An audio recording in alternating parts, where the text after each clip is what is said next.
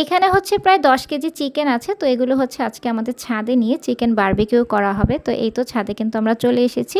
তো দেখতেই পাচ্ছেন নিচে কিন্তু কয়লা পোড়ানো হচ্ছে। কয়লার উপরে চিকেনগুলোকে দিয়ে চিকেন শিক কাবাব করা হচ্ছে আরকি।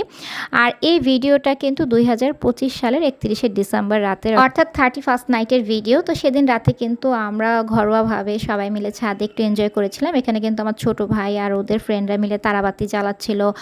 তারপর ছাদে একটু খাওয়া-দাওয়ার আয়োজন করেছিলাম। তো এখানে কিন্তু দেখতেই পাচ্ছেন যে চিকেন বারবিকিউ ছিল, সেই সাথে হচ্ছে কাঁচা আটার গরম, গরম রুটি ছিল। তো কাঁচা আটার গরম, গরম রুটিটাও কিন্তু ছাদে একটা মাটির চুলায় হচ্ছে ভেজেছিলাম। তো এই ব্লগটা তো আপনাদের সাথে এর আগে শেয়ার করেছিলাম। তো এই ভিডিওগুলো রয়ে গেছে, ভাবলাম যে আজকে আপনাদের সাথে শেয়ার করে দিই।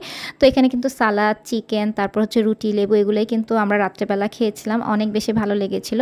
তো সেদিনের রাতটা দেখে আজকে খুব মিস করছিলাম। আর শীতের রাতে ছাদে গিয়ে এরকম কয়লায় পোড়ানো চিকেন বারবিকিউ খেতে ভীষণ মজা লাগে। আর খেতে কিন্তু অনেক বেশি টেস্টি হয়েছিল।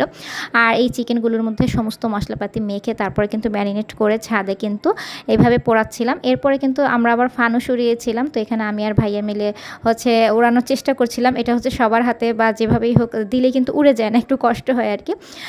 তারপরে এরকম খাওয়া দাওয়া করে কিন্তু সেদিনের রাতটা পার করেছিলাম। অনেক বেশি এনজয় করেছিলাম এবং আমাদের অনেক ভালো লেগেছিল। যদিও সেই দিনটা তো চলে গেছে, এখন দেখে কিন্তু মিস করছিলাম। যে দিনটা চলে যায় সেটা পরবর্তীতে দেখলে বরং মিস লাগে, খারাপ লাগে আর কি। তো এরকম করে কিন্তু সেদিনটা কাটানো হয়েছে।